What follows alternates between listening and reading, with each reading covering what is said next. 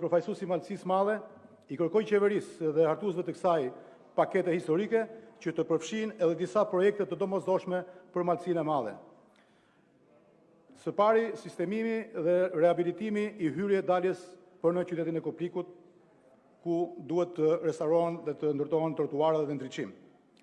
E dyta është një rrugë turistike, rruga Kurte-Rjoll, e cila do të jepte zhvillim turizmit në luginën e Rjollit. Rjolli është një zonë me bukurinë natyrore e Malësisë Madhe, e cila ka burime ujore si dhe me histori të lashtë, ku mund të përmend këtu Kalan dhe Kishën e Ballezës.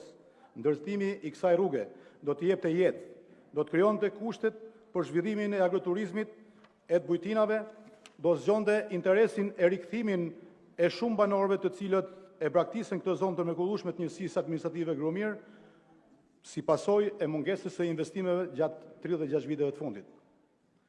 Rruga e Sheganit është një tjetër rrugë që të çon në pikën turistike Syri i Sheganit, është një atraksion turistik i jashtëzakonshëm në liçenin e Shkodrës. Kemi edhe një rrugë tjetër që është rruga Lpushës në njësinë e Kelmendit, e cila shuhet të ju tashmë të gjithë e njihni si një zonë shumë atraktive turistike. Po kështu kemi edhe një rrugë të rëndësishme që na çon drejt liçenit të Shkodrës, rruga Koplik-Culaj apo rruga e Culajve si quhet. Kjo rrugë sot është shumë e frekuentuar nga banorët e qytetit Koplikut.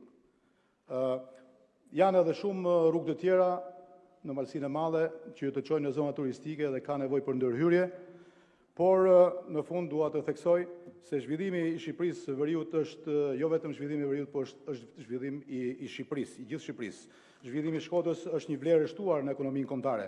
Për këtë arsye, unë e mbështes këtë projektigj dhe besoj se Porta e Alpeve do të jetë projekti më i rëndësishëm që do ta transferojë Shkodrën dhe Veriun e vendit në vitet që vijnë. Ju falenderit.